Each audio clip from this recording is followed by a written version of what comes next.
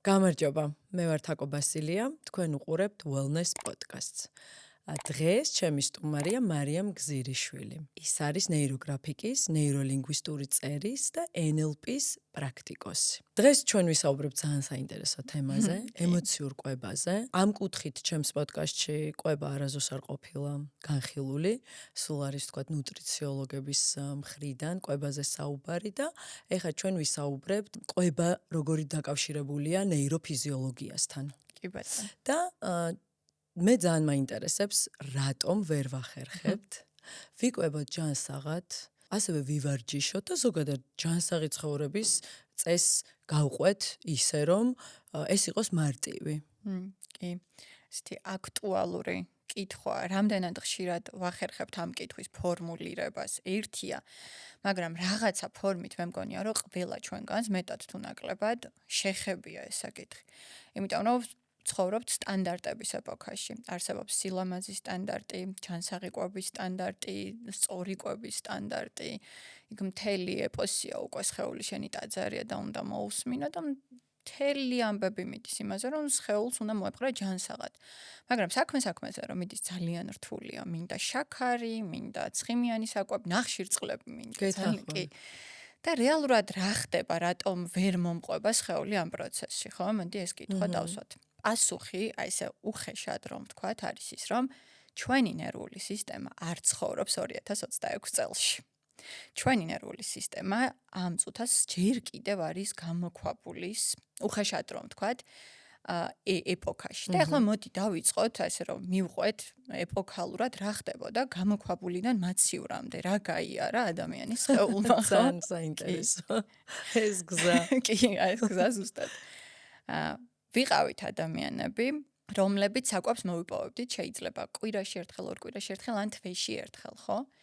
და ამ დროს ჩემმა ნერვულმა სისტემამ დააფიქსირა, რომ საკვები არის ძალიან დიდი ფუფუნება. შესაბამისად, ყველა რესურსს იყენებდა იმისთვის, რომ აქ და ახლა თუ მოიპოვებოდა საკვები მაქსიმალურად მიიღო, იმიტომ რომ არ იცოდა საკვების მიღების შემდგომი ეტაპი როდის დადგებოდა. ანუ პირველი მეხსიერება ადამიანის ცნობიერებაში აქ ჩამოყალიბდა, რაღაც რეაქტიული შოკივით ჩამოყალიბდა, რომ საკვები არის დიდი ფუფუნება. დავიწყეთ აქედან. შემდგომ ეტაპზე სხეულს აქვს თავისი მახსოვრობა. ახლა ამის გვჯერა თუ არ გვჯერა, არ აქვს მნიშვნელობა, მაგრამ ამას აქვს თავის ფიზიოლოგია და თავის მოცემულობა. სხეულმა დააფიქსირა, რომ დაბალი კალორაჟით, პირობითად, ხა იქ კალორაჟები არ იყო, მაგრამ დაბალი რაოდენობით დიდ კალორაჟის საკვებს როცა მიიღებდა, ცხიმის საფარს იკეთებდა ორგანიზმი და ცხიმი გადარჩენაში უზრუნველყოფს სამყაროში. სხვათა შორის მეორე მსოფლიო ომის დროსაც ესეთი ამბავი იყო, რომ დიდი შიმშილობა რო იყო, ყველაზე დიდხანს ცხოვრობდნენ ის ადამიანები, ვისაც დიდ უფრო მეტად ჭარბწონიანი, ან ცხიმის საფარი ვისაც მეტად ჰქონდა. ანუ სხეულმა დაიმახსოვრა ფაქტი, რომ მე რაც უფრო მეტი ცხიმი მაქვს, უფრო მეტი შანსი მაქვს, რომ სამყაროში გადავრჩე. ანუ მეხსიერების მეორე ეტაპი ჩამოყალიბდა აქ, რომ მე მოდი რაღაც ისეთი გავაკეთო, ისეთი შევჭამო, რომ დიდი ცხიმი დავაგროვო ორგანიზმში. ეხლა რა ხდება მესამე ეტაპზე? დავიწყეთ მიწათმოქმედება ადამიანებმა. ასე თუ ისე საკვები უფრო მეტად ხელმისაწვდომი გახდა. მაგრამ ხელმისაწვდომთან ერთად ამ ყველაფერს დაერთო ციკლურობა. კი გავიგე, რომ საკვები შეიძლება იყოს ხელმისაწვდომი, მაგრამ მას ახასიათებს ციკლურობა. შეიძლება სეზონი მქონდეს, სეზონი არ მქონდეს, შეიძლება მოსამვალი დაუკარგო, შეიძლება ვიშრომო და წავიდეს. რაღაცაზე ვარ დამოკიდებული. ნახე, იმას რომ ვაიმე საკვები მოვიპოვო, დაემატა თაობათა ტრავმა, რასაც ქვია შიში რომ არ დავკარგო. ანუ ეს ორი პროცესი ჩაერთო ადამიანში, ჯერ ის რომ მოვიპოვო და მერე ის რომ დავკარგო. მთელი ეს მოცემულობა და ფიზიოლოგია 1000 წლეულებია მოდის და რეალურად მოვედით სად რომ 100 წელიც არაა, რაც ოჯახში ყოველას მაცივარი გვიდგას. 100 წელიც არაა, რომ მაცივარში შედიხარ და დახსა დევს უამრავი პროდუქტი. და სხეულის მახსოვრობა, ნახე რა ხდება, არის ბევრი 1000 წლეულის უკან მოხვედრილი გარემოში, სადაც უამრავი პროდუქტი დევს და უხარია სხეულს გესმის, რომ რა მაგარია მოხვდის სადღაც, სადაც ეს ყველაფერი ხელმისაწვდომია. ოღონდ ჯერ ვერ იაზრებს, რომ ხელმისაწვდომია მუდმივად. ახლაც ეშინია რომ დაკარგოს. გასაგებია. ახლაც დიდი ფუფუნებაა ის, რომ მოიპოვოს საკვები. დეფიციტი აქვს დამახსოვრებული. დეფიციტი აქვს დამახსოვრებული. მახსოვრობა არის ისევ წარსულში, სადაც გონია, რომ აი ეხლა მოდი მაქსიმალურად შევჭამო, რომ მოვიპოვო ჩემი ცხიმის საფარი, უსაფრთხოება მოვიპოვო, კი, გადავრჩე. თან იცი რა არის, დღეს აღარ ვცხოვრობთ ეპოქაში, სადაც ირმის მოკლა გვჭირდება, რომ გადავრჩეთ, მაგრამ ვცხოვრობთ კორტიზოლის ეპოქაში. რა თუ ნალაპარაკი.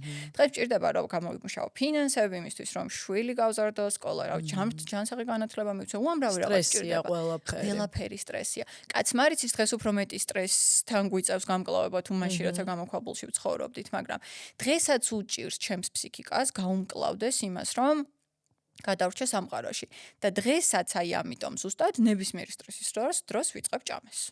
იმაზე მეტის ვიდრე ჩემს ორგანიზმს უნდა.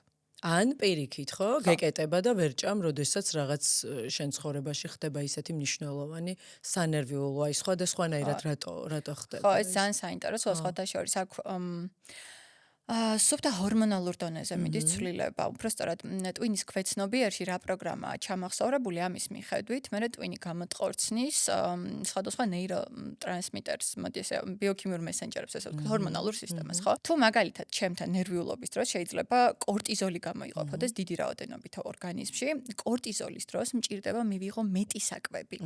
იმისთვის რომ დავიკომპენსირო გადარჩენის მექანიზმი. მაგრამ შენი პროგრამებიდან გამომდინარე შეიძლება სტრესის დროს იმავე სტრესის დროს შენთან დაიწყოს ადრენალინის გამოყოფა ორგანიზმში. და ადრენალინი უზრუნველყოფს ბრძოლის რეჟიმის ჩართვას და ბრძოლის რეჟიმის დროს მიზანი, ჟინი რომ ეს პრობლემა გადალახო, ხდება უფრო აქტიური ვიდრე კვება. და ამიტომ გეკეტება. ამიტომ ხდება რომ შეიძლება ერთ პრობლემაზე მე ძალიან ბევრი ჭამა, შენ ძალიან ცოტა. შენ რომელს კორტიზოლის ტიპი ვარ. მე ადრენალინს.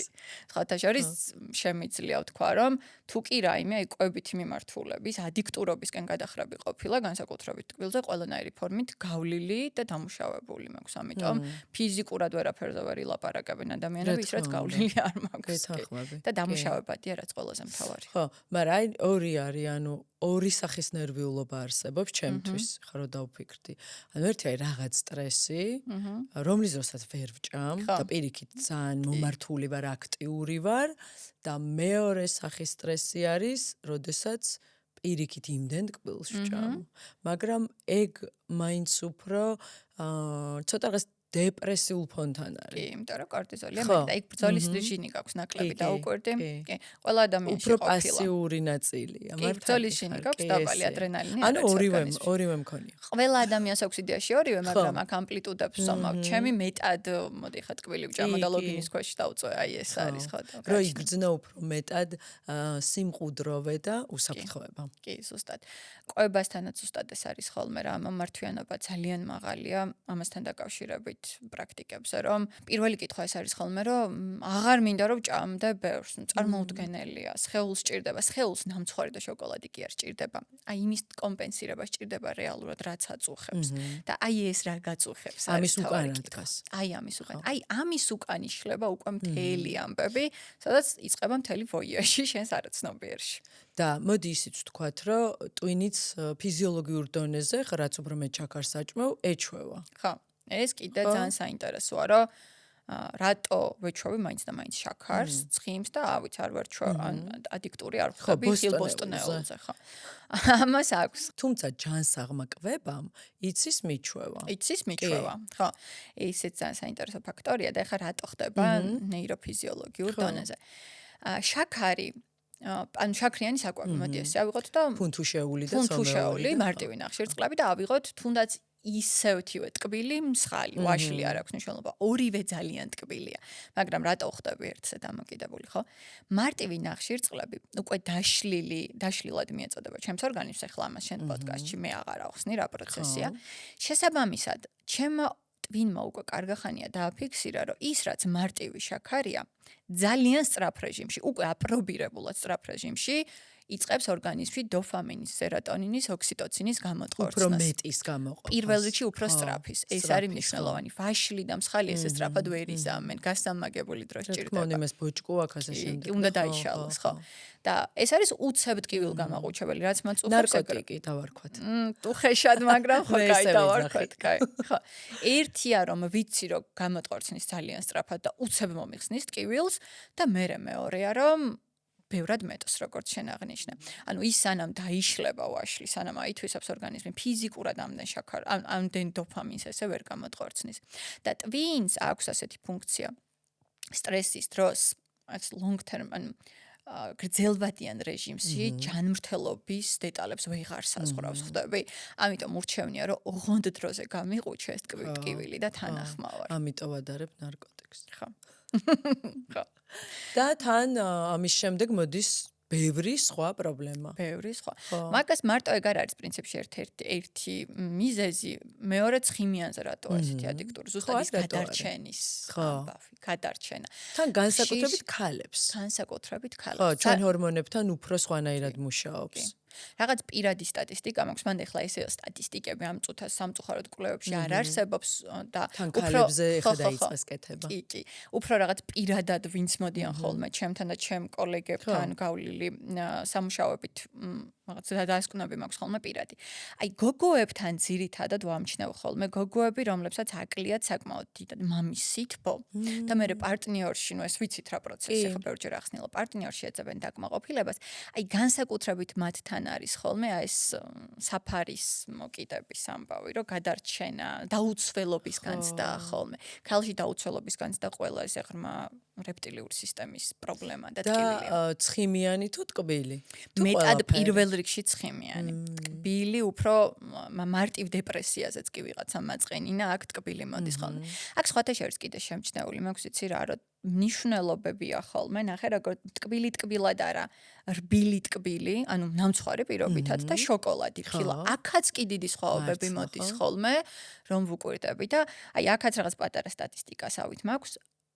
ბიჭები აქ მეტად ბიჭებს ხვდები ხოლმე, რომლებსაც მეტად აკლიათ ბავშვობაში დედის სითბოს განცდა, მეტად არიან მიდრეკილი რბილი შაქრიანი პროდუქტებისკენ.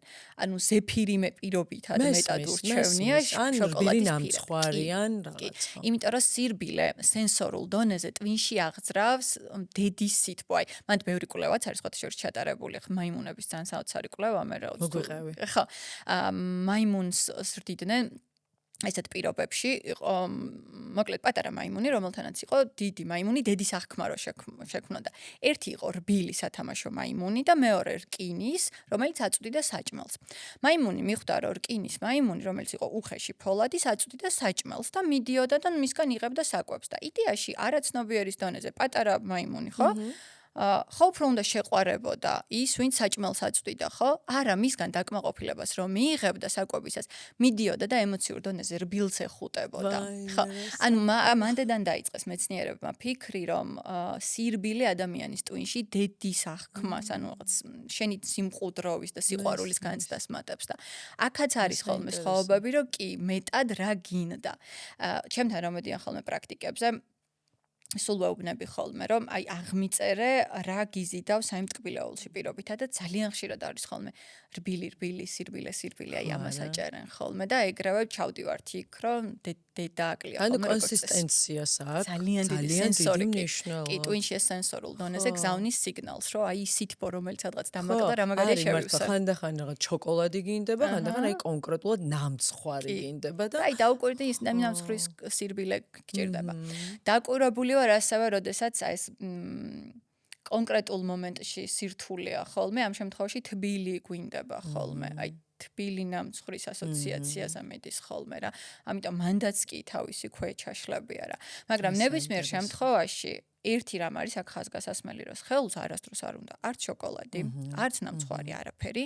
სხეულს ამ შემთხვევაში სჭირდება ნეირონულ დონეზე ნეიროფიზიოლოგიის ცვლილება. ანუ იმ ტკივილის გაყუჩება უნდა. და ამ ტკივილის უკან რაც ძირითადად კი რაღაც ტკივილი გადაუმშავებელი ემოცია, ბრაზი, სიამაყე, ვერ გამოხატული ემოცია, დაკლებული სითბო, მილიონი რამ შეიძლება იყოს. სიამაყეზე მესაუბრე, იმიტომ რომ ძირითადად მარტო ბრაზზე და წყენაზეა საუბარი და აი ეს რაღაც მომხდა ეხა ყურში. დაგუბებული ენერგია. იმიტომ რომ სიამაყე საკმაოდ ისეთი თვისება არის. სიამაყე ბრასთან ძალიან ბიძაშვილობაშია, აბა დაუკვირდი. კი, იმიტომ რომ ანუ დაგუბებული სიამაყე ენერგია. ამპარტავნება ერთი და იგივეა? მოდი ამპლიტუდებში გავზომოთ, მაგრამ აქვს თავისი რეჟიმი, რაღაცა მაგრამ დაახლოებით კავშირი ერთ აქვს, გზაზე დგას. ხო. ამ სიამაყეში იცი რას ვამბობ, რომ თუ კი რაღაცის გამო აი აქ რაღაც ჩემი შინაგანი პატერნია, რომ შენ მე ესე უნდა მელაპარაკო და თურმე იმავე ყდემით არ მომართე, ჩემი პატერნია. ეს ხომ უკვე ჩემში დაგუბდა, რაღაც შენ მიმართ უსიამოვნება გამოიწვია და ამ დაგუბებას ვცდილობ რომ გავიტანო ტკბილით ამ შემთხვევაში, ხო? ხო, ანუ თვლი რომ მე საკმარისად პატივი არ მცეს? ჩემი პატერნია, ჩემთვის რაც არის საკმარისად პატივისცემა შეიძლება მესმის, შენთვის მაგას სრულიად ვამბობ, სხვა ჩემი იყოს. აღქმით. საკურველია კი, ჩემი ხო, აღქმით. რაღაც ვერ დამიკმაყოფილდა. საკმარისი ხო? არ იყავ. რაღაცაში საკმარისი არ იყავ. ხო, არ მომართა ისე როგორც მე დავიმსახური, ან რაღაც ეს ჩემი, რა თქმა უნდა, ეს ყველაფერი ჩვენი აღქმებია. კი, ჩვენი პატერნები. ანუ ნებისმიერი დაგუბებული ემოცია, რომელიც არის შიგნით, შეიძლება იყოს გადატანილი, ანუ რეგულატორად ვაქცევთ რა ამ საკვებს და ოღონდ რაღაცა მე ჩემი დაგუბებული ემოცია გადაზარდოს ამ დოფამინ, ენდორფინ, სეროტონინ, ოქსიტოცინში ყველაფერზე ვარ წამსვლელი რა.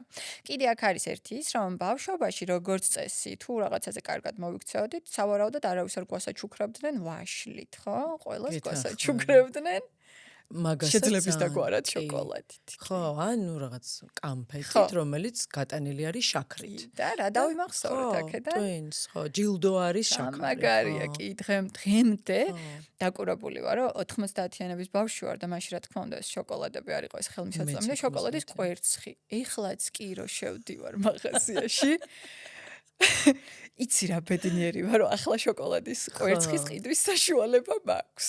კი, ანუ რაღაც იმდენად დეფიციტი იყო მართლა, რომ რაღაც შოკოლადები არის, რომელზეც ვგიჟდებოდი და აი ეხა რო გამისინჯავს, ვერ ვხვდები რატომ მიყვარდა. მაგრამ შეხომ გახსოვს რომ ეს ჯილდოა. ხედავ, მაინც ჩემში აი ეს შეფუთვა იწვევს რაღაც გრძნობას, იმიტომ რომ დაკავშირებულია ბავშვობასთან. აი რა მაგარია, ხო? მე და შემყვებით 30 წლის გამოცდილებაზე და ჩვენ საუბარი დავიწყეთ გამოქვაბულის დროიდან გამოცდილებაზე. თურმე 90-იანებში რაც გავიერთი, ის გამოცდილებაც კი ახლა აქტიურია და ჩემს ხელს თუ რაღაც 3000 წელს, 3000 წელს ინფორმაცია აქვს. ინფორმაციას ატარებს.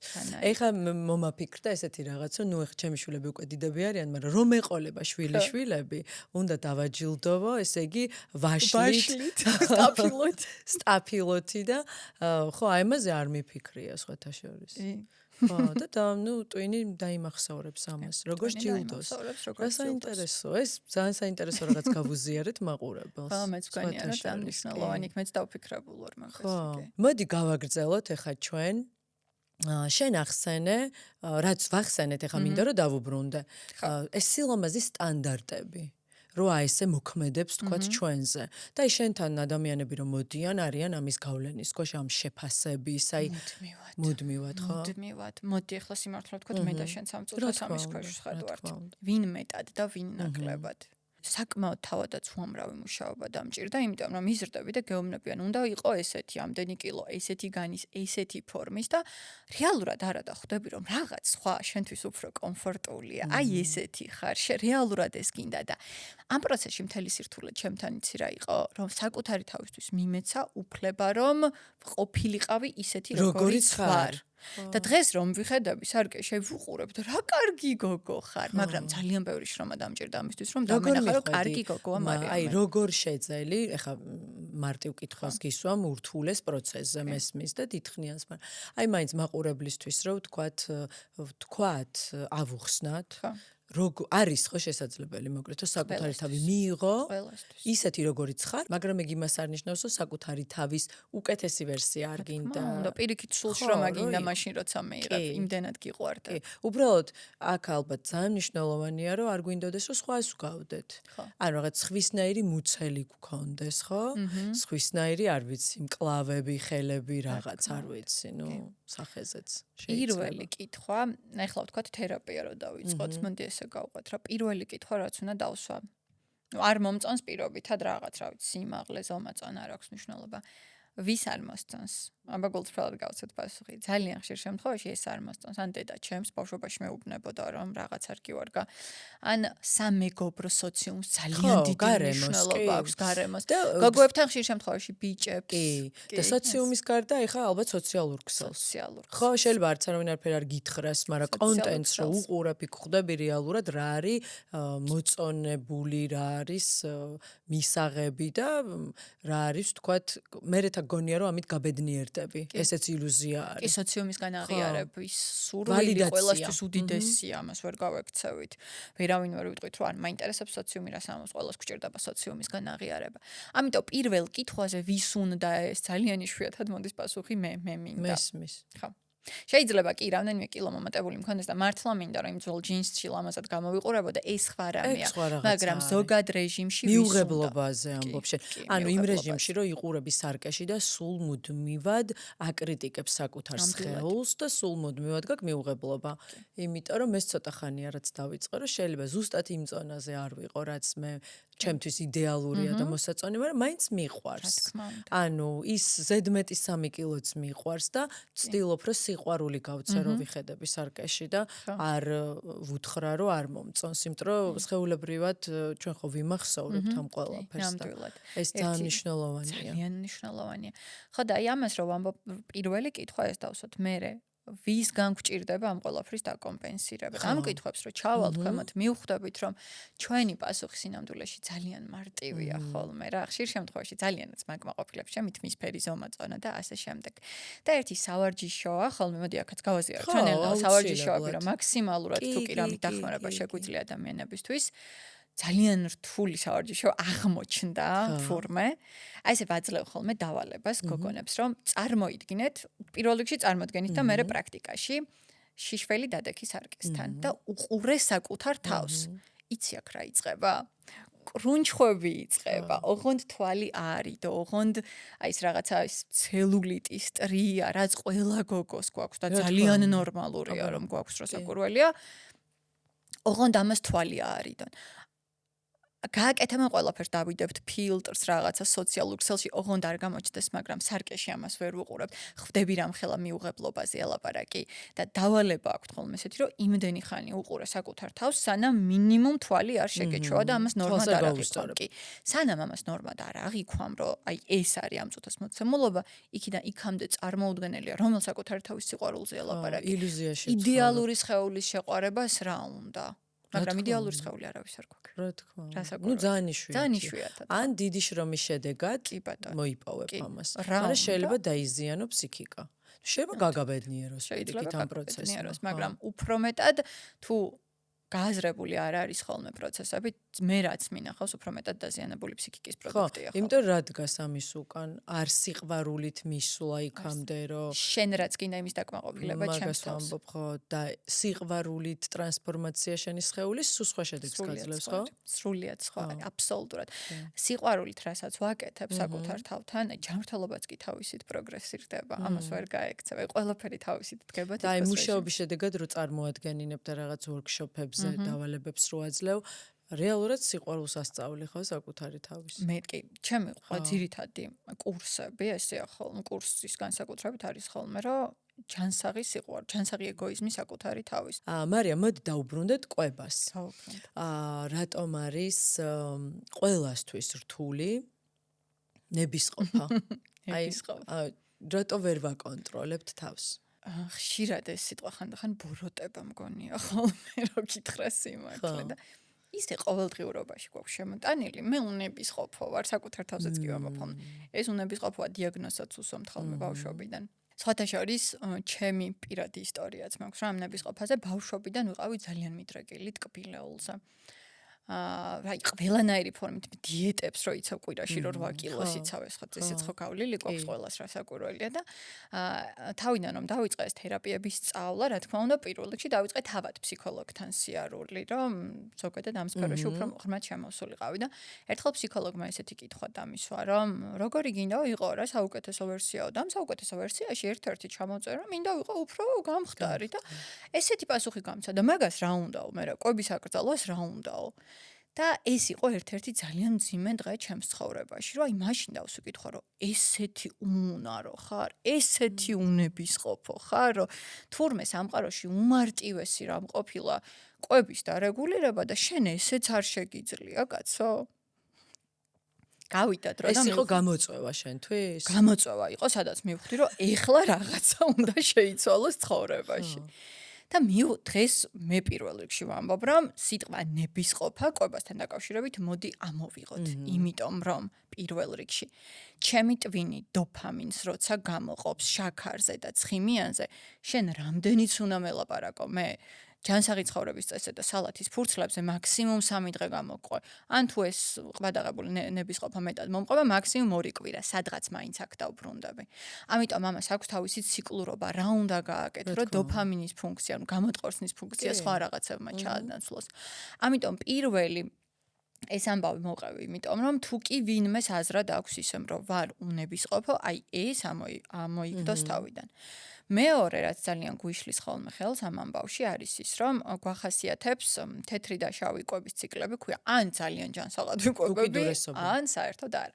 მით უმეტეს ამ რაღაცა ნუტრიციული გურუების ეპოქაში ვსხედავთ და ნუ აი გეუბნებიან, რომ ესე უნდა იკვებო. ყველანაირი ლიტერატურა არსებობს, სწორად როგორ იკვებო და 1 კვირა, 2 კვირა ვქაჩავ, მაგრამ მე ისევ ამას ვუბრუნდები.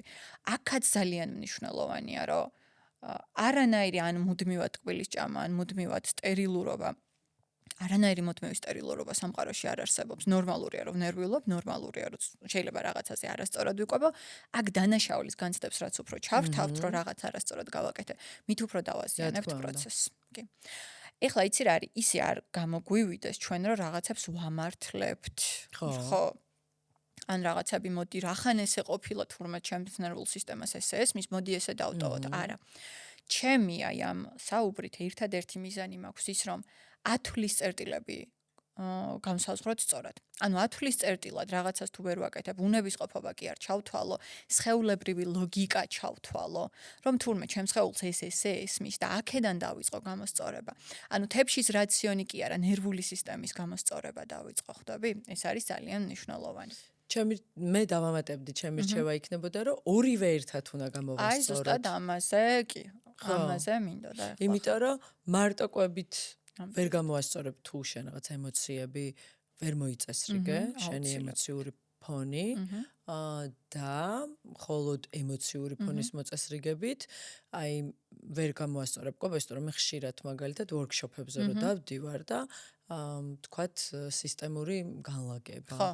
ძალიან ხშირად არის, რომ აი უამრავი პეჩენია, ტკბილი, აი არ მსიამოვნებს, რომ მე შაქარ, არა, იცი რატო მინდება, იმიტომ რომ იქ იმდენ ენერგიას ხარჯავ, ყველა ვარიანტში თან შენ ემოციებთან გამკლავებას ყველაზე მარტივად რა გეხმარება, ტკბილი და მომენტალურად გარბი ხარ ამ ტკბილისკენ და მე ეგ ძალიან დიდი შეცდომა მგონია. მგონია რომ ყველგან უნდა იყოს ჯანსაღი ტკბილი, ხილი, ნუ არ ვიცი, ფინიკი, აი მგონია რომ აი ეს ნაწილი არასწორად გვაქვს დალაგებული.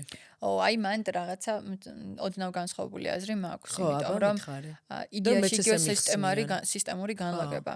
იმდენად დიდი პროცესია და მოდი ვთქვათ, იმდენად რთული პროცესია, რო გჭირდება. იქ სწრაფ რეჟიმში თუ არავინ ასხაურა ეს ნეიროტრანსმიტერები, ანუ ეს ბიოქიმიური მესენჯერები სწრაფ დონეზე თუ არ აღდგას სხეულში. შეიძლება ფიზიკურად ვერ დავბრუნდები ერთი განლაგებიდან მეორეზე. ხო იცი რამ ხელა პროცესს მოითხოვს და ამიტომ ვფიქრობ, რომ თუ კი სადმე ჩემთვის პირადად დაშვებულია, რომ ბევრი შაქარი იყოს სისტემურ განლაგებაზე. ეთანხმები, ხო? კი, შეიძლება შენ მოგყვებოდეს სხეული იმისთვის, რომ ბანანით აინასხაურო. მე ისე მაზიანებს ეგ. დანაშაულის განცდა გიჩნდება თუ რა. არა, ნუ აი მე როგორ არის, იცი რომ ისედაც ზოგადად ტკბილის მიმართ მე მქონდა პრობლემა. ხო. ტკბილი არის ჩემი პრობლემა რეალურად, რომელიც წლების განმავლობაში მოვაკვარე. და მე როდესაც არ ვჭამამ ტკბილს, ჩემთვის ნარკოტიკად აღიქმება. და შენ მე მახვედრებ იქ. ანუ იმ მომენტში აღარ მინდა მე არანაირად არ მთხოვს არც ორგანიზმი, არც ტვინი. მომწონს ჩვეულებრივად ხილის მირთმევა და კარგად ვარ და შენ მე მახვედრებ ზუსტად ისეთ მომენტში, როდესაც შანსი არ არის ვარი თქვა.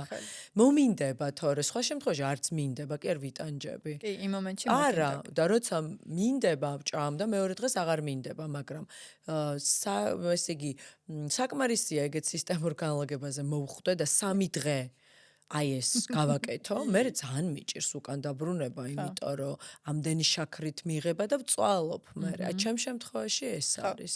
მან ტვინის კიდე ერთი ფუნქციონალი ერთვება რა, ზოგადად აი ადიქცია რით განსხვავდება ამ ჩვენი ემოციური კვებისგან. კი გადავლახე რაღაც, კი რა მაგარია ტკვილი დავამარცხე აქ რაღაც რეჩებით გამოვდივართ ხოლმე, მაგრამ ნახე იმ სისტემურ განლაგებაზე ოთახში დევს დივანი, სარკე, განათება, მილიონი რაღაც, მაგრამ შენი კონცენტრაცია არის ტკბილზე. ხო, რა თქმა უნდა. რა თქმა უნდა, იმიტომ რომ ჯერ ესეთის დამახსოვრებული აქ ტკბილს, რომ ეს არის ყველაზე სასიამოვნო. ეს არის ძალიან კარგი მეგობარი. რა თქმა უნდა და მე თან მე მაინც მგონია რომ კი აღდგენას ამბობ რომ ღდგება ადვილათო, მაგრამ გაქცევის საშუალებაც არის.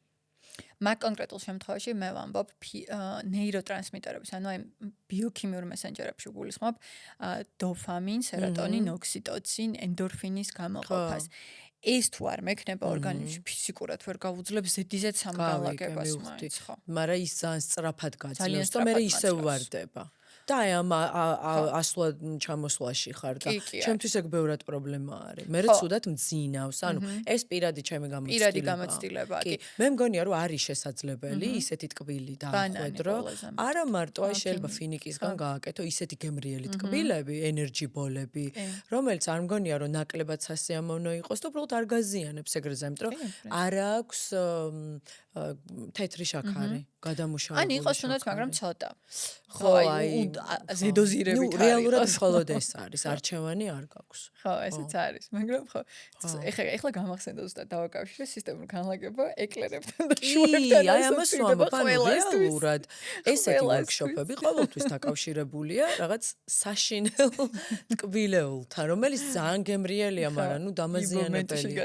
ხო, აი ჩემთვის მოკლედ მანდ მე ისევ ჩემ აზრზე დავრჩები და მე შევთავაზებდი სხვანაირ ტკბილს. თორემ მესმის რომ ტკბილი ჭირდება მაგ მომენტში ორგანიზმს. აი თაფლის ტკბილს შევთავაზებდი ან ფინიქს და რა თქმა უნდა შაქრებია ყველაფერი, მაგრამ ის ქიმიური შაქარი გადამუშავებული საერთოდ სხვა პროცესები მიდის ორგანიზმში და კიდე დამატებული ხა პეჩენიები და რაღაცები ხელოვნურად გამოყვანილი კი იცი, რასაც უშვება ორგანიზმს. ისე მან რა საინტერესოა, ხო, შეიძლება შენ განლაგებაში სრულიადაც არ იღებდა მონაწილეობას, მაგრამ ველი უკვე ისეთ რაღაცას ქმნის, რომ უკვე ტვინი ისეთ შენჯერა. ხო, ანუ შეიძლება შენ განლაგებას არ აკეთებ, მაგრამ უბრალოდ მონაწილეობ და კი მაინც ხომ მუშაობ შენზე. უკვე ველში ხარ და უკვე მოქმედებს. შენ ახსენე ჰორმონები, ხო? ოქსიტოცინი, სეროტონინი როგორ შეიძლება ეს შევცვალოთ ჩვენ ორგანიზმში? ანუ რა შეიძლება ვუშვალოთ ამას? ხო.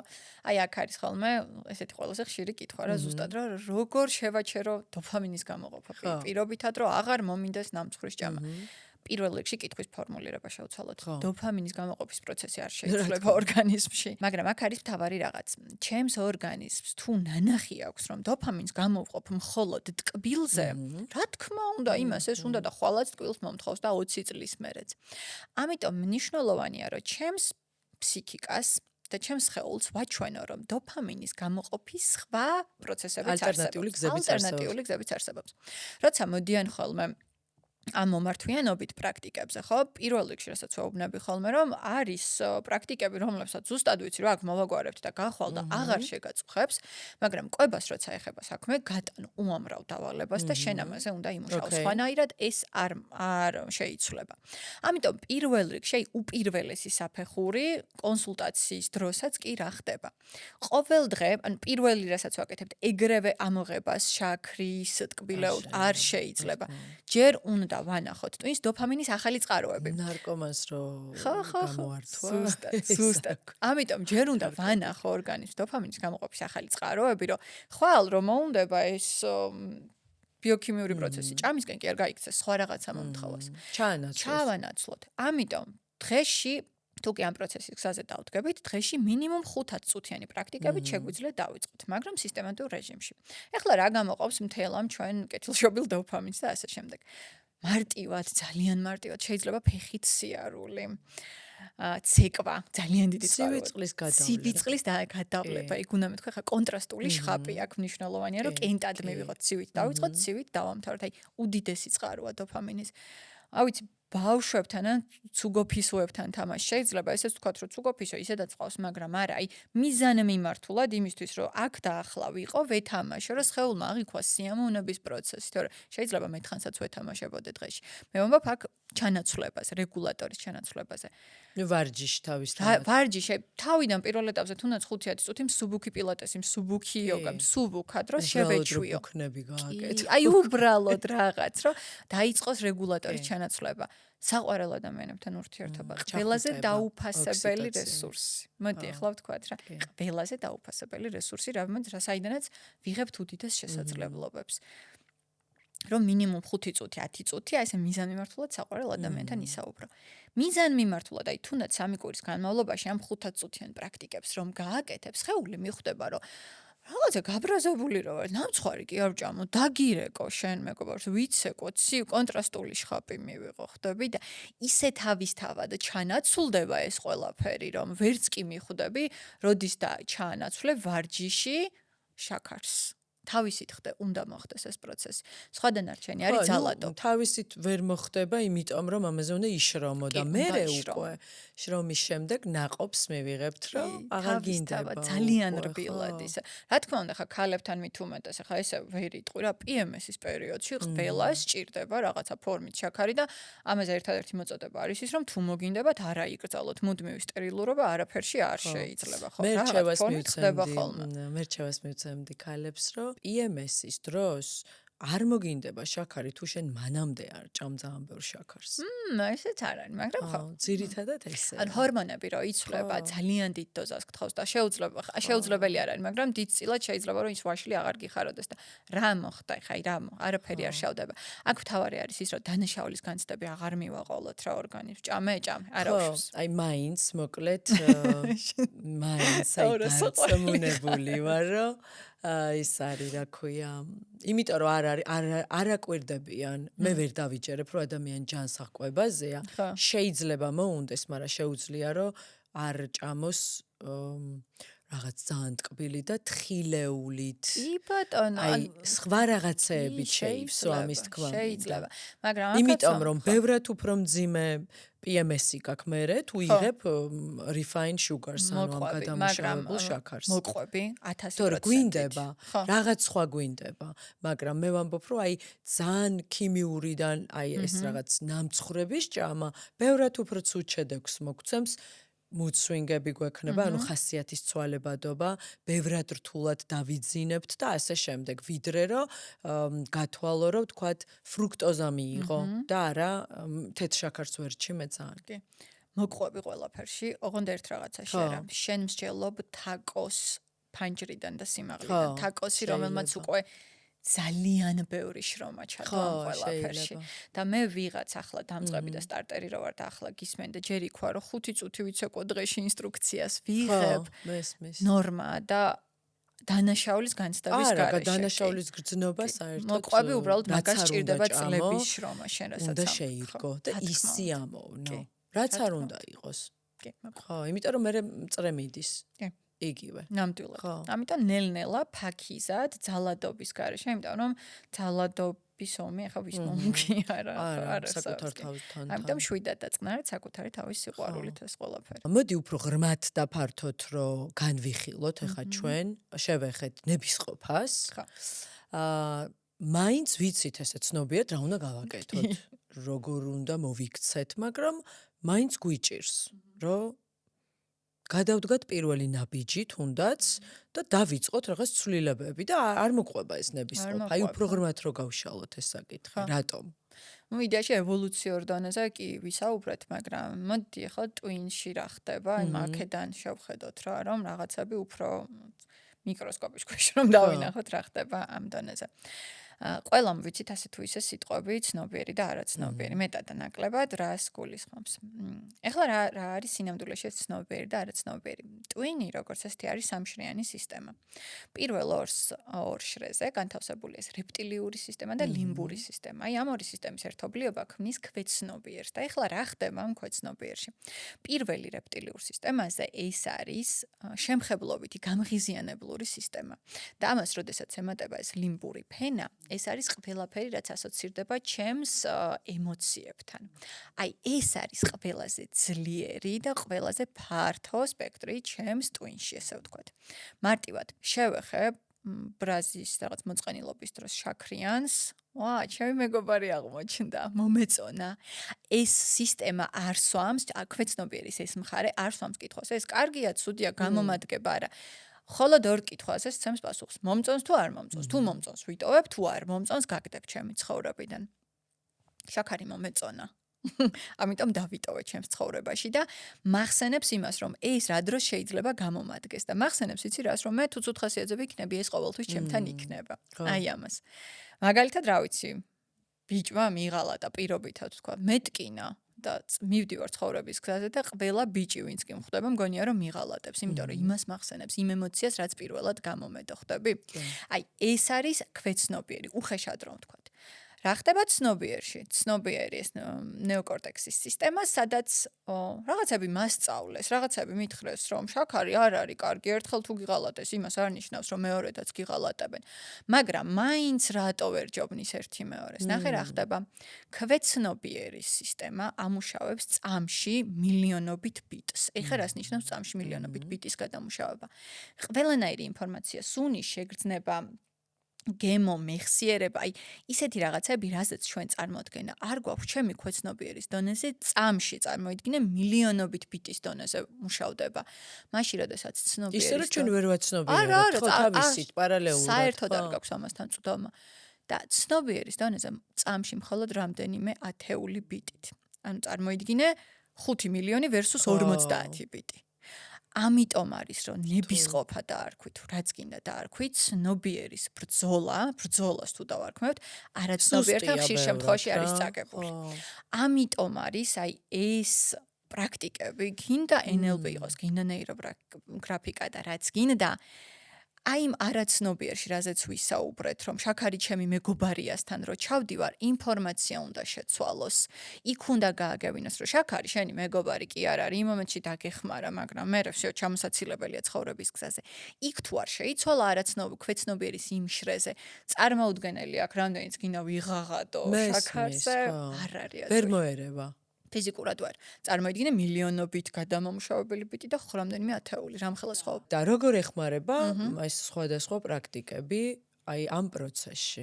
და როგორც მივხვდი, მთავარი გამოსასწორებელი, ესე თავარ ვქვათ, არის ესე იგი ჩვენი რეპტილიური ტვინის პროგრამები და ქვეცნობიერი, ხო? კი, ქვეცნობიერში. სხვანაირად ესე თავს ვერ ავარიდებთ. თუ, იცი რა არის, თუ ვიღაცას აქვს რეალურად იმისი საშუალება, რომ მე უბრალოდ გადავწყვიტე, რომ ხო, რა არ მომწონს ეს შაქარი და არ არის ჯანსაღი და აღარ მივიღო, რა მაგარია, გილოცავთ ყველა ესეთ ადამიანს, მაგრამ ამის ფონზე მე ვიღაღადა რომ ძალიან მარტივია ამის შეცვლა, ეს არის არასწორი. მოდი ჯერ ამას გავუსვათ ხაზი. ამიტომ არსებობს საბედნიერო დღეს ჩვენ არ გეპოქაში მოვხვდით იმ ხრივ, რომ უამრავი პრაქტიკა არსებობს ამის გამოსასწორებლად. მე პირადად როგორც აღნიშნეთ, ნეიროგრაფიკით, ნეიროლინგვისტური წერით, NLP-ით, სხვადასხვა პრაქტიკებით ვმუშაობ, გააჩნია ვისთან რა არის საჭირო. აქ ცოტა ასტროლოგიასაც ვიშველიებ ხოლმე, მისი მერკური რა ნიშანშია, რომ მივხვდე ხოლმე რომელი მიმართულებით უფრო ძალა პრაქტიკა. ინფორმაციის ხო, მერკური ასტროლოგიაში არის ინფორმაციის მიღება გადამუშავების ცენტრი და ყველა ინდივიდუალურია, ინდივიდუალურია კი, მაგალითად თუ ხვდები ხოლმე რომ სადღაც წყალი აქტიურია, უფრო მეტად ხვდები რომ წერითი პრაქტიკა გამოადგება. სადღაც ცეცხლი თუ აქტიურია, უფრო მეტად ორგანიზმის, ანუ დინამიკაში შემყავს ხოლმე და ამიტომ ამასაც ვიშველიებ ხოლმე. ჰაერი უფრო მეტად ვერბალზე რა თქმა უნდა. ხო, ოღონდ აქ ახლა ბევრი დეტალია რა და პირად ფსიქოტიპზეც არის ხოლმე რა და თუმცა ეს საინტერესო პროცესია. ყველაფერი ერთად, ხო. ხო და ეს პრაქტიკები და რა თქმა უნდა ამის იქით უამრავი პრაქტიკა, იგივე სისტემური განლაგება ახსენე ჩვენ გვაძლევს იმის საშუალებას, რომ აი წეგან რაც ახსენით, ლიმბური სისტემის დონეზე, რამაც ოდესღაც მე გამაგებინა, რომ მეგობარია ჩემი შაქარი, აი იქ შევცვალო ინფორმაცია. და როდესაც მე შაქარს ქვეცნობიერის დონეზე მეგობრად კი არა, ვიღაცამ არასასიამოვნო ნაცნობა დაღვიქვამ, ძალიან მარტივია მასთან გამომშვიდობება, აი აქ უკვე ცნობიერის დონეზე. ხო, ქვეცნობიერ დონეზე. კი, ცნობიერის დონეზე ცნობიერის ყველამ ყველამ ვიცით გადასარევად. ხშირად არის ხოლმე პრაქტიკებზე, რომ აი მაგალითად იგივე ტკბილ ძირითადად რომ მოდიან ხოლმე არის რომ ან ბევრს ჭამ, ან ტკბილის ჭამ და მოდი დამეხმარე. და აი კითხვა არის ხოლმე ერთ-ერთი ესეთი რომ ვინ არის შენი შაქარი? ისევ შაქარს მივადგეთ და ძირითადად არის ხო როგორ აღიქვა ვინ არის შენი ესეთი კითხვა. ძირითადად არის ან მეგობარი, ან მშობელი. მართლა ხო? კი. ვეუბნები. მოდი ახლა მშვიდად ვიღებთ რა ამ პროცესს რომ მეგობარი რა ფუნქციის მატარებელი და ძირითადად ყოველთვის ეს არის მეგობარი, რომელიც არ დამტოვებს არასდროს, როდესაც დამტოვებს შენ, ის არ დამტოვებს. ეს არის მშობელი, რომელიც ჩემს იმ პატარა ბავშვს, რომელსაც ოდესღაც რა ვიცი, დედა სჭირდებოდა და სამსახურში იყო პირობითად, მუდმივად მოეფერებ. ნუ ხვდები მაინც აქ ვართ, ამიტომ იქ არის გადასაწერი ინფორმაცია, სანამ იმას ტკივა აქვს, რამდენი რეჩითაც უნდა გამოვიდეთ, არ შეიცვლება ინფორმაცია. ხო. ეს საინტერესოა. კი, აქ პრაქტიკებში კიდე ძალიან მნიშვნელოვანია, ხოლმე ვფიქრობ, რომ ესეც მიეხმარება მაყურებელს რა, ათვლის წერტილს საიდან ვიღებ ხოლმე ადამიანთან.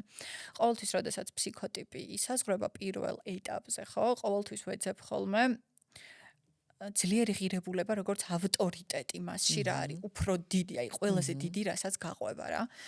ბიჭებში მაგალითად ხშირად არის ხოლმე ჟინი, ამას მაინც გავაკეთებ, ჩემსას მაინც გავიტან. გოგონებში ხშირია ხოლმე თავი მოვაწონო, ვიღაცას ვიყო სასურველი, ან რაღაც ყველაზე დიდი რისკენაც ვისწრაფი. აი პირადად ჩემია ხოლმე, რომ საკუთარი თავი მიყვარდეს. რაღაც თუ შემატანინებ საკუთარ თავში სიყვარულის ეჭვს, ეს მოსაგვარებელია ეგრე. ამიტომ ვიპოვოთ საკუთარ თავში რა არის ძალიან დიდი ღირებულება, რომ აი ეს იყოს უფრო მეტი და ამას გავაყოლოთ დანარჩენი პროცესი. ხვდები, აი catch იმაზე გქონდეს მოჭიდების წერტილი. ერთი კითხვა მაქვს, შენ რომ სურვილი გაქვს, რომ სხვისთვის იყო ძალიან მოსაწონი, არ ვიცი ხა სწორად ვცვამ თუ არა კითხვას, მაგრამ ეს რამდენად ჯანსაღია. შეიძლება არასწორად ვცვამ კითხვას, რომ აი სიჯანსაღი არ არის კავშირში, მაგრამ მე მაინც მგონია, რომ თვითკმარობისთვის ადამიანს ეგ არ უნდა ჭირდებოდეს და თავარი მიზანი ხო ეგ არის რომ თვითკმარი გავხდეთ. მან ორნაირი პასუხი შეგვიძლია გავხდეთ. თვითკმარობამდე მისასვლელი გზა არის და ეგ არის გზა ერთ-ერთი? ამან კიდე მეორე პასუხი ნახე. თვითკმარობამდე მისასვლელი გზა არის ძალიან დიდი და მეორე ქალის და კაცის ნერვული სისტემა ძალიან განსხვავდება სინამდვილეში ერთმანეთისგან პროგრამულ დონეზე. ქალის პროგრამის დონეზე მთავარია ერთ-ერთი ძალიან დიდი მოტივატორი არის ის რომ მე ვიყო სასურველი. იმიტომ რომ გამრავლება დგას ამის უკან. არა, გამრავლება არა, ჩემს თვითშეფასებას იყვებავს ეს. რამდენიც უნდა ვილაპარაკოთ მეც და შენს ქუჩაში რომ გავიდოთ, გვინდა რომ ვიყოთ სასურველები. ეს ჩვენს თვითშეფასებას მოსწონს. მიუხედავად იმისა, რომ მეც და შენ სამწუთოს თვითკმარი გოგოები ვართ. ანუ ეს ქალის პროგრამების უძველესი პროგრამაა.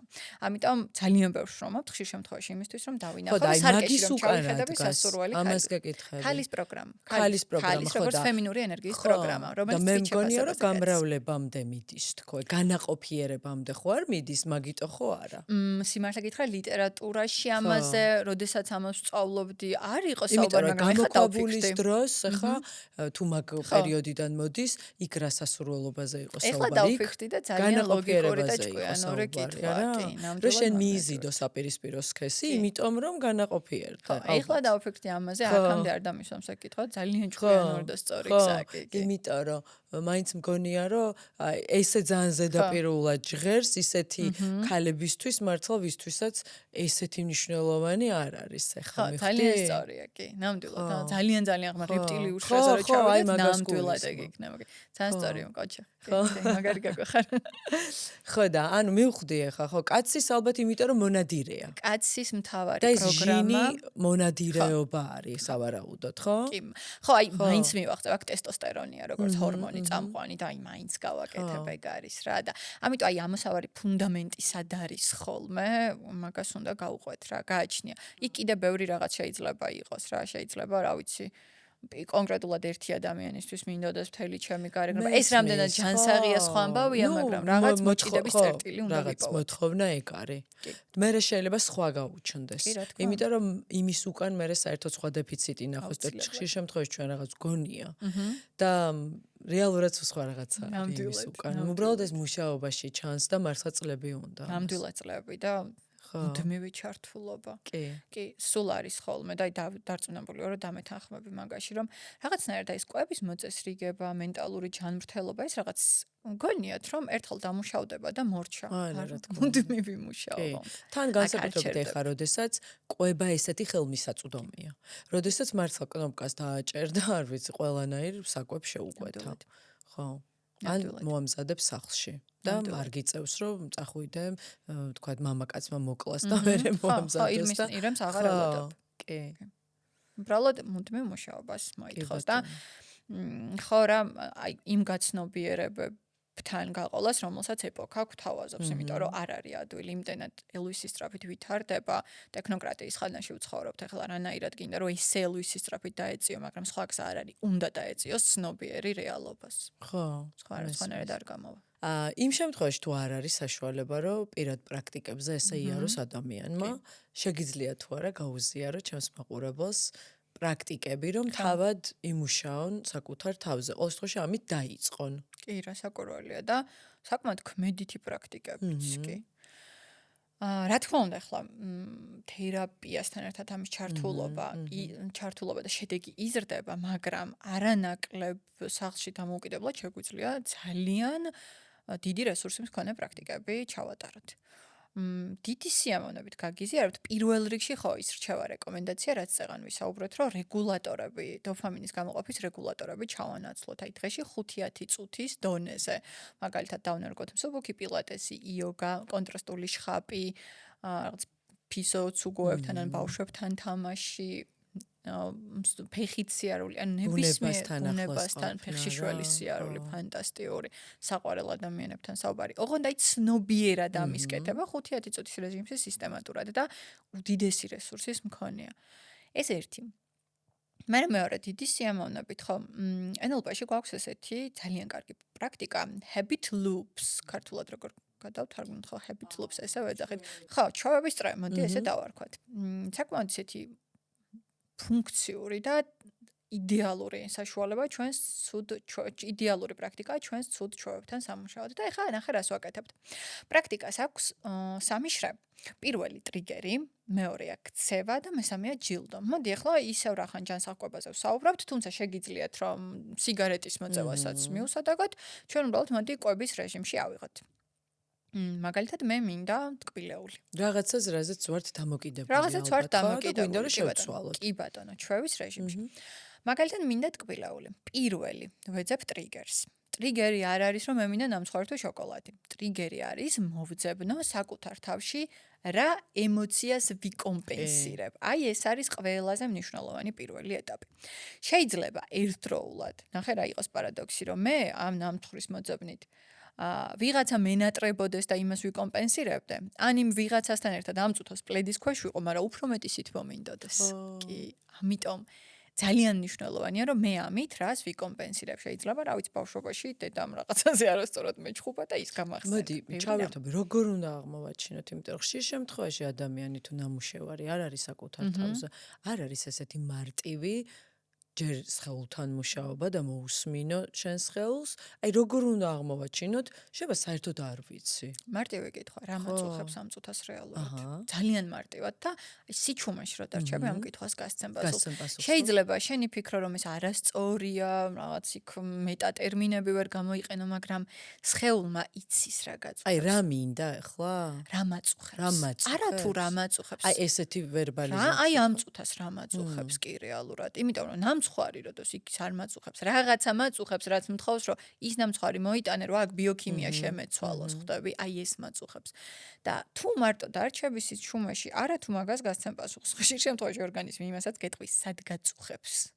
კი, ეს საწყის ეტაპზე არ ხდება და შეიძლება ერთხელ ორჯერ არა, მაგრამ მესამედ გამოგივა აუცილებლად არ არსებობს, რომ ჯერ არავის არ ყოფილა, ვისაც არ გამოსვლია.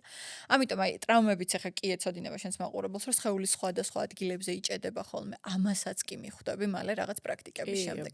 ამიტომ ტრიგერის მოძებნის დროს მარტივი კითხვა, რა მაწუხებს და ძირითადად ეს არის ემოცია, მონატრება, მოწყენილობა, ბრაზი, მარტოვარ, არ დამაფასეს, ბევრი რაღაც. ძალიან ბევრი რაღაც, ხო? შეიძლება ვერ დაგინახეს. ვერ დამინახეს, ვერ დამინახეს ერთ-ერთი დიდი ტკივილი ადამიანის არსებობაში, უდიდესი თანაც. კი.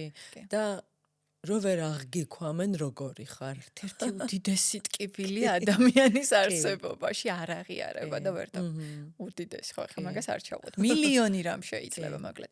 პირველ კითხვაზე საწყისად მაინც ასე თუ ისე ახლოს გავცემთ პასუხს, ხო? დავაფიქსირე მაწუხებს მარტოობა ამწუთას. მეორე ეტაპი არის ქმედების ეტაპი. ნახე, იმას არ ვცვლით პირველ. დავაფიქსირეთ არის ის ტკივილი. მივიღეთ, აღმოვაჩინეთ, გაღიარებ. მოდი ეს მაინც თქვათ, რომ მნიშვნელოვანია ის, რომ ვაღიარებ, ჩემს მარტოვეს ვაღიარებ იმას, რომ არ დამაფასეს და ასე შემდეგ. მეორე ეს არის მოქმედების ეტაპი. ნახე, მოქმედების ეტაპი უნდა შევცვალოთ ჩვენ. იქ დავს ნამცხვარი, არ მივდივარ. აი აქ ვიჭერ მთავარ ამბავს.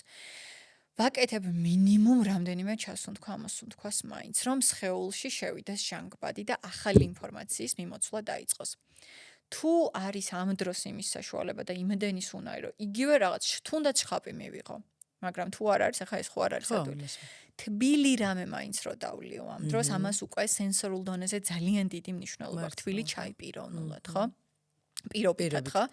ანუ ეს თბილი უკვე შემოიტანს რაღაცის დაკომპენსირებას სენსორულ დონეზე და უკვე ძალიან დიდი მნიშვნელობა აქვს. ანუ რაღაცით უნდა ჩავქცემს.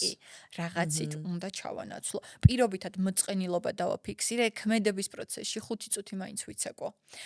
ანუ შემდგომი ნაბიჯი ეგრევე მაცივართან მისვლა კი არა, არის რაღაცა ახალი ფორმით დოფამინის რეგულატორის ჩანაცვლება, მიხვდი ხო? კი. როდესაც აი თუნდაც 2-3 წუთით ამას ჩავანაცვლებთ, სრულიად წარმოუდგენლად შეგიძლიათ ამ წამს არ დაიჯეროთ, მაგრამ როდესაც დააპრაქტიკებთ, დაიჯერებთ, ტვინში ის ჯილდო, რაც ნამცხვრის ჭამას უნდა მოეტანა, უკვე დაფიქსირებულია. ანუ ორგანიზმი ან თბილი ჩაი, ხო? მომიტანს თბილი ჩაი. ანუ დოფამინი, ენდორფინი, სეროტონინი, ოქსიტოცინის გამოყოფა დაიწყო. ანუ რეალურად ჩემს ორგანიზმს ეს ყველაფერი აკლდა, ეს ჯილდოები დოფამინის გამოყოფა და არა ნამცხვარი და უბრალოდ ნამცხვრის კი არა, ის რეგულატორით მივუდან. გამოვიწვია. ერთ-ერთი ძალიან ძლიერი პრაქტიკაა, რაც კი შეიძლება ზოგადად ჩავატაროთ. ოღონდ აქაც ისე ვის ხაზგასმით, რომ პრაქტიკა სჭირდება მუდმივობა. მე თქმა უნდა. ერთხელ ორჯერ კი არ მუშაობს. ყველაფერს შრომა ჭირდება. მინიმუმ 1 თვე მაინც ამ პრაქტიკას სჭირდება, რომ ორგანიზმმა დაიმახსოვროს, ხო? აი, ახლაც კი ამდენი მუშაობის შემდეგ დამიფიქსირებია ახალი წლის მერე მაგიდაზე მიყრია ტკბილეული. აღარ მინდა, მაგრამ დაევს რომ სტუმართ მოკლედ რა.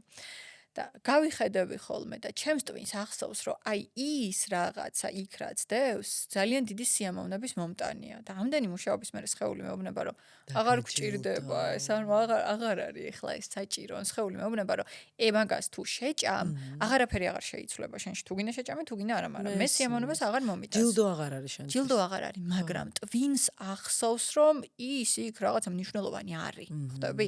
ანუ ტვინიდან მუდმივად ამის წაშლა გამორიცხულია, ამიტომ მუდმივად საჭიროებს ჩართულობას, რომ სხეული წამოვიდეს, სხეულებრივი სიახლე წამოვიდეს წინ და გითხრა რომ აღარ მინდა. მე მაინც ვაწევი პირველ ჩვენებას. ხო, იმიტომ რომ როგორც ყოფილი ნარკომანი არ არსებობს, ზუსტად იგივე არის შაქარზე დამოკიდებული ადამიანი, არ არსებობს ყოფილი. ყოველთვის შეიძლება რომ შებრუნდე, რამდენიმე დღე ჭამო ძალიან გემრიელად და ჩვეულებრივად უკვე ვენაში გადაისხე. კი, ზუსტად. პროცესი იგივე. ამიტომ ყველაფერს ჭირდება ხო, მუშაობა, მაგრამ ვადასტურებ, რომ არის შესაძლებელი, რომ გადაიყვარო. ეგრე ძალიან აღარ გიყვარდეს, კი. თუ კი ვარსებობთ მე და შენ ამის მოწმეები, მილიონობით შანსია რომ ხომ ახალ წელს გავაკეთე ნამცხვარი, მაგრამ არ ვიყიდეთ კბილეული სპეციალურად. და ეს იყო ყველაზე სწორი გადაწყვეტილება, იმიტომ რომ ის ნამცხვარი ჩემ ოჯახის წევრებთან ერთად შეიჭამა და მორჩა. და კამფეტები რასაც ჩვენ ამბობ, მე რეალურად ჩვენ გარემოც უნდა შევქმნათ ისეთი ჩვენთვის რა, მაგასაც ძალიან დიდი მნიშვნელობა აქვს. გინდა არ გინდა ირეკლავ იმ გარემოს ბოლოს და ბოლოს სარკისებრი ნეირონები დაერთებულია, შენ ამას ვერ აკონტროლებ თავისთავად. ეხლა ცოტა ხნის წინ შევპირდი რომ მაგ კონკრეტულ ნამცხვარს გავუკეთებდი ჩემს ახლობლებს და რომ გავაკეთე, მივიტანე და მე არც მიჭამია. ეგეთი რაღაც ჩემთვის ადრე წარმოუდგენელი იყო, მაგრამ ეხლა რაღაც გადაწყვეტილების რეჟიმში ვარ. თუმცა აღნიშნავ კიდე რომ ბიოქიმიურ დონეზე ძალიან მნიშვნელოვანია ვარჯიშებთან ერთად, რასაც შენ ასწავლი, პარალელურად, რომ ნელ-ნელა გადავიდნენ ჯანსა სტრესის გარეშე. ხო, იქ თქვათ დაამატონ ბოსტნეული, დაამატონ ბურღული, ცილა შეავსონ, თქვათ ხა მართლა უამრავი ინფორმაცია, როგორ შეიძლება ადამიანმა ისე ჯანსაღად იკვებოს, რაც თვითონ უყვარს, რაც გემრიელია. და პარალელურად ესე იგი რო აკეთოს ეს ვარჯიშები, ხო, აი უბრალოდ თანმიმდევრობა შევცვლიდით, თორე დანარჩენს იმავეს დავტოვებდი. მოდი აბა, შეცვალე. ჯერ რეგულატორს დავამატებდი, რომ ალტერნატიული გზა მქონდეს სიამოვნების წყაროს მიღების და მერე ნელ-ნელა მოვაკლებდი. პარალელურად აი, ოღონდ მე რამდენიმე დღეზე ვამბობ, ხვდები, უბრალოდ ეხლა რო ამოვიღო პირობითად ეგრევე შაქარი, ვაიმე სხეული მეუბნება, აბა რაღა დამრჩა სიამოვნების წყარო და მე ქაჩება ისე ვიქით. ამიტომ რაღაც უნდა მქონდეს სხვა წასასვლელი გზა. მოდი, მე შემოვალ ჩემი რაღაც პროფესიული ცოდნით დავამატებ. შაქრის ამოღება ეგრევე არის ძალიან რთული ორგანიზმისთვის, ამიტომ ეძახიან შაქრის დეტოქს. შენ თუ პირობითად შაქარს ორკოს იყრიდი ყავაში, უნდა დაიწყო ამ შაქრის შემცირება 2 კვირის განმავლობაში. მე უკვე უშაქრო ყავას ისე დალევ, რომ ვერც მიხვდები.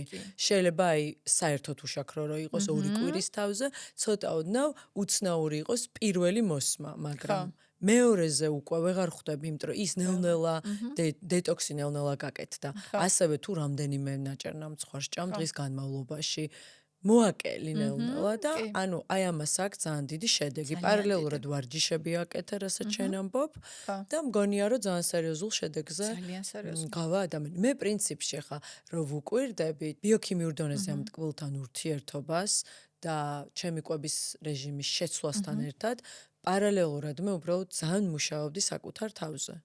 და ეხლა ხვდები, რომ რეალურად შენ რასაც ამბობ, მე ის გაკეთებული მაქვს, ოღონდ სხვა გზით. კი, სხვა გზით, მაგრამ ზუსტად იგივე. კი, მაგრამ ზუსტად იგივეა. კი, პროცესი იდეაში ნებისმიერი ადამიანი რო დასო, ზუსტად იმავეს კეთვის ფორმები იქნება სხვადასხვა. ხო, იმიტომ რომ შენ ემოციებზე მუშაობა ძალიან დიდი გავლენას ახდენს კვებასთან ურთიერთობაში და ეგ არის ზოგადად ეს ემოციური მჭამელი, რატომ ეძახიან. ზუსტადაც ემოციური კვება, კი. ისე შენთვის რა არის? აი დღეში რო თქვა, რომ ახლა რაღაც 5 წუთიანი დოფამინ პრაქტიკა რო აიღო. ჩემთვის ეს არის ყავის დალევა. დღეში ერთი ჭიქა ყავა არის სიამოვნების უდიდესი წყარო. შენთვის აი რა იქნებოდა? ხო, ყავას ვეღარ ვსვამ, იმიტომ რომ ღამე არ მძინავს. ჩემთვის არის ვარჯიში, ძალიან მნიშვნელოვანი. ასევე 10000 ნაბიჯის ის მაგ ბილიკი ვიყიდე და 10000 ნაბიჯს დავდივარ და ეგ არის აი არ ვიცი სასწაული ენერგიის ბუსტინგი. ასევე ბოლო ამ ხნის განმავლობაში სულ რაღაც ვორქშოპს ვაკეთებ და სულ რაღაც შემოქმედებში ენერგია, კი. ძალიან მნიშვნელოვანი დოფამინის წყარო, ასე განსაკუთრებით ქალებისთვის, იმიტომ რომ მეორე ჩაკრის ენერგია და აი თან ეხლა ვთქვათ ეს პოდკასტი რაც დავიწყე, იქ ინსტაგრამზეც ხანდახან რაც ვიდეოებს, ანუ ჩემთვის ეს შემოქმედებითობასთან არის კავშირში. ხო, ასევე ხო, რა ვიცი, საყვარელი საქმეც, წიგნების მაღაზია და კაფე მაქვს და ვთქვათ იქ ეგეც შემოქმედებითობა. კი, იქაც შემოქმედებითობასთან კავშირშია და რაღაცებით უნდა შეივსო, ხო? კი, ზუსტად ეს არის. აი, მაგიტომ დაგისვი რა, შენც ეკითხვა, რომ კი, წერა. ხო, წერა უფრო რელაქსში გადის, ვიდრე დოფამინის გამომუშავებაში. არ არის. ხო, ანუ წერა პრინციპში არის გადატანა. კი, უფრო აი დამშვიდება, ეგ სხვა პროცესი, ძალიან დიდი პროცესია, უბრალოდ აი დოფამინი რა ხან ვსაუბრობთ რა. ხო, აი ჩამნაცვლებელზე თუნდაც აი მაყურებელმა რო ჩამოწეროს რა არის 5 უდიდესი სიამოვნება მისთვის და 5 წუთი დაუთმო. ურთმოს. აი მარტივი ვთქვი ყავის დალევა, ხო? ყავა სულსონი, მაგრამ ეხა რიტუალია და მთელი დღის ბუსტია, ისეთი ბედნიერება ეს. წერა მე ვიგულისხმე მადლიერების წერა. კი ბატონო, კი. მან ძალიან იბუსტები. კი ბატონო. კი, ძალიან თან დილაობით თუ წერ სისტემატიურად, ტვინს საერთოდ სხვანაირად მართავ. კი, დილაობით და ძილის წინაც, ასევე ნეირონულ დონეზე ბევრად უფრო ღრმად შედის და იდეალური პრაქტიკა. მედიტაცია ასევე. მედიტაცია, კი ბატონო. მოკლედ დოფამინის გამოყოფის უამრავი საშუალება უბრალოდ საწყის ეტაპზე 5 წუთიან რუტინას საჭიროებს და საწყის ეტაპზე 5 წუთიან რუტინას საჭიროებს ვამბობ, იმიტომ რომ რამდენიმე კვირაში თვითონ მოგთხოვთ სხეული, რომ 20 წუთი აკეთოთ. და მე თან რო ადარებ მართლა კარგად ყოფნას და მე ცუდად ყოფნას ვადარებ. არ ვიყავი მაშინ კარგად, როცა ამდენ შაქარს მივირთმევდი, ეხლა რო ვაკვირდები და როცა შემაწუხა, პრინციპში მაშინ დამეწყო ეს პიროვნული რაღაც კრიზისი. კი. როცა შემაწუხა და მე ხვდები რომ ეს იყო ის პერიოდი რაღაც 2017-ში, როცა აი ტრანსფორმაცია დავიწყე სერიოზულად. შენ იქამდე და შენ იმისმენ, მაგარია. კი, და ამიტომ გეთანხმები, რომ პირდაპირ კავშირშია ემოციებთან. ნამდვილად, ხო. მარიამ და შენთან ადამიანები, ვინც დადიან ამ პრაქტიკებზე, აი რა საერთო მახასიათებლებით გამოირჩევიან? რა აქვთ საერთო ამ ადამიანებს? ხო. სხვათა შორის, საკმაოდ ისტორიები ძალიან გავასხოლმე ერთმანეთს, ახლა აქ გასაკვირი არაფერი ახალს არ ვამბობ. პირველ რიგში გავსხოლმე აი ზუსტად რაც თქვი, რომ სირბილეს შეიძლება დედის დეფიციტი იყოს, სითბოში საყვარელი ადამიანის, ანუ ძირითადი დეფიციტი მაინც სიყვარულის არასაკმარისი დოზაა ხოლმე, ვისგან ეს უკვე მეორე საკითხია, მაგრამ მაინც სიყვარულის ვერ საკმარისობამდე მივდივართ ხოლმე. ხო, რეალურად და იქ უმეტ შეიძლება უკვე გვერდით ყოფი ადამიანისგან იყოს რა. ხშირია ხოლმე ასევე ძალიან უგრძნობიარე ადამიანებში მეგობრებმა მიღალატეს და ასე შემდეგ. ანუ მეგობრებმა მიღალატეს ხომ რა თქმა უნდა ჩემი არასწორი მოლოდინები, ახლა რომ ჩავშალოთ ხო რა თქმა უნდა. შესაბამისად ვერ გადამუშავებული ტრავმები აქვთ ხოლმე. იცი რა არის სხვათა შორის დაკვირვებული ვარ. ხა სწორად მინდა რომ ეს ჩამოვაყალიბო. საერთოდ იცით რა აქვთ ხოლმე ამ ადამიანებს? ხშირად ყველას არა, ძალიან ბევრ ნივთს აგროვებენ ხოლმე და გადაყრა და მოცილება უჭირთ ამ ნივთების. აი მაგალითად ერთ-ერთ ჩემს ახლობელთან, რომელთანაც ამ საკითხზე ვმუშაობდი, სახლში ვიყავი და მივხვდი, რომ აი ერთნაირი ნივთები, შამპუნები მაგალითად, ზედიზედელაგა. ოღონდ ეს არაგვერიოს იცი რაში, რომ გოგოები ვართ და ყველას გვიყვარს მილიონაირი პომადა, თუ მაქვს მილიონი ერთი მინდა. არასაჭირო ნივთების შეგროვება? არასაჭირო არა, ნახე შამპუნი იდეაში საჭიროა, მაგრამ სამი შამპუნი არ მჭირდება ერთნაირი. ზედმეტი ნივთები. ზედმეტი ნივთები. ზედმეტსაც ჩემთვის და შენთვის, მაგრამ იმისთვის არ იყო და ახლა გეტყვი. ხო, ოღონდ აქ ვამბობ, რომ ეს კოსმეტიკურად გოგოებს გვიყვარს, ეს ამაზე არ ვსაუბრობ. რაღაც ობიექტურად ზედმეტი. ობიექტურად, ხო, ნახე, მე რა ვკითხე ზუსტად აი ამ ჩემ ახლობელს, რომ კიდე მეთქი ესეც რას აგროვებ და აი წიწიბურა, ბრინჯი მაგალითად, თუ კი სადმეა ფასდაკლებით, ყველაფერს ვიმარაგებ და ეხლა მოდი აბა გავჩერდეთ, მომთხარ ჩავყვინთოთ, როგორც ხდება და ჩავყვინთეთ და კითხვაზე რატომ აგროვებ ამდენ ბრინჯს და წიწიბურას, ხო? ეშენია ალბათ რომ. ხო, აი არაცნობიერის დონეზე ისევ აქვს ის განცდა, რომ ხვალ რომ ომი დაიწყოს, მეყოს ეს შამპუნი და წიწიბურა. შეიძლება ბავშვობაში რაღაც დეფიციტი ქონდა, ეგეც არის. ბავშვობაში მას არ ბევრს ახასიათებს მე რა ეს დავაკვირდი. მაინც იქ მივდივართ, რომ სადღაც რომ დამჭირდეს, მე მქონდეს გადა რაღაც ომი რომ დაიწყოს სამყაროში, მე გადარჩენის საშუალება. ხო, ნუ რეალურად პატარა საშიშროება რო არის და რომ გამოაკ ხალხს ყველაფერი, ხო. მოკოვიდი გავიარეთ ყველა და გვახსოვს ეგ ამბავი. ამიტომ აი ხშირად არის ხოლმე ეს საერთო ნიშანთვისებები რომ მომგროვებლები არიან ხოლმე რა და მე მივხვდი და პრაქტიკებში ერთ-ერთი დიდი პრაქტიკა და აი როცა კურსს ვაკეთებ ხოლმე ადამიანებთან ერთ-ერთი დიდი პრაქტიკად ეგეც ჩავსვი რომ მაქსიმალურად ისწავლონ გათავისუფლება ანუ აი დღიური დოზა იყიდონ საჭმლის პირობითა და ხვალ ლინდელ დაგროვებაზე აღარ იფიქრონ ანუ კონკრეტულად საკვებზეა საუბარი არა მხოლოდ ანუ შამპუნის ახსნება არა ყველაფერზე როდესაც მე მომგროვებლობაში გადავდივარ დუტის ქურთუკი იყოს არ აქვს მნიშვნელობა თუ დავინახო რომ იმის ყიდვის საშუალება მაქვს ვყიდულობ ეგრევე იმიტომ რომ რა შეიძლება მაგარია. მე აღარ მქონდეს. შეიძლება მე აღარ მქონდეს და რა მაგარია მოვედი იქამდე რომ ამის ყიდვის საშუალება მაქვს. გასაგებია. ხო. ხო, ეს მოვაგროვო, გადავრჩე. 90-იანების ისა ტრავმაცი იყო. ხო და ჩვენც იმ ხალხის შვილები ვართ. კი. ხო, ვერც იმათი ტრავმა ეგრევე დაერთებულია ჩვენზე, სადღაც უნდა გაიწმინდეს. ამიტომ ახალ თაობაშიც არ არის გასაკვირი, ხო. ეს რაღაცა უფრო პირადი სტატისტიკა, რაღაც საერთოდ ხასიათებელი არის ხოლმე, კი მეც მინახავს ეგეთი ამბები. და აი ურთიერთობები, თქვათ, აი სიყვარული ახსენე და სიყვარულის დეფიციტი. ეს იმდენად ღრმა თემა რომ მოდი თავიდან დავიწყოთ პოდკასტი, იმიტომ რომ სიყვარულის დეფიციტი, რაზეც უნდა ვისაუბროთ, მაინც ხომაც ჩავალთ სიყვარულის დეფიციტი, ხო? პრინციპში მაკედონას დავიწყეთ, მაგრამ ანუ შაქრით ვივსებთ ამ სიყვარულის დეფიციტს. რა თქმა უნდა, კი, სადღაც დედა და მამა დამაკლდა, მე გადავიტანე მეგობარში, საყვარელ ადამიანში და ხო რა, ეხლა ამაზე უკვე იმდენი ისაუბრა ზოგადად თერაპიამ, რომ ახალს რაღა უნდა ვთქვა 3 წუთში. მაგრამ ნამდვილად დეფიციტია სიყვარულის კი. ძალიან დიდი მადლობა თქვენ სტუმრობისთვის. ძალიან საინტერესო საუბარი იყო, იმიტომ რომ ესეთი კუთხით ჯერ არ გვისაუბრია, ემოციებთან ესე არ დაგვიკავშირებია ესე ღრმად და უღრმესი მადლობა შენ ამისთვის. თქვენ პირიქით ამ შესაძლებლობისთვის და მართლა შესაძლებლობისთვის, იმიტომ რომ სულ არის ხოლმე რომ ესე უნდა გააკეთო, ესე არ უნდა გააკეთო მოწოდებები და რაღაც თითისქნევით health გურუების გამოსვლები რა და ჩემთვის ვფიქრობ რომ თუ კი ერთი ადამიანისთვის მაინც იქნება გულზე მოსახვედრი რომ რეალურად სხეულებრივი ლოგიკა ამ ყველაფერში სხვანაირად არის ჩართული ვფიქრობ რომ უკვე ნაყოფიერი გამოვიდა ჩვენი საუბარი და ძალიან დიდი მადლობა შენ ამ შესაძლებლობისთვის. დიდი მადლობა. Pirkit.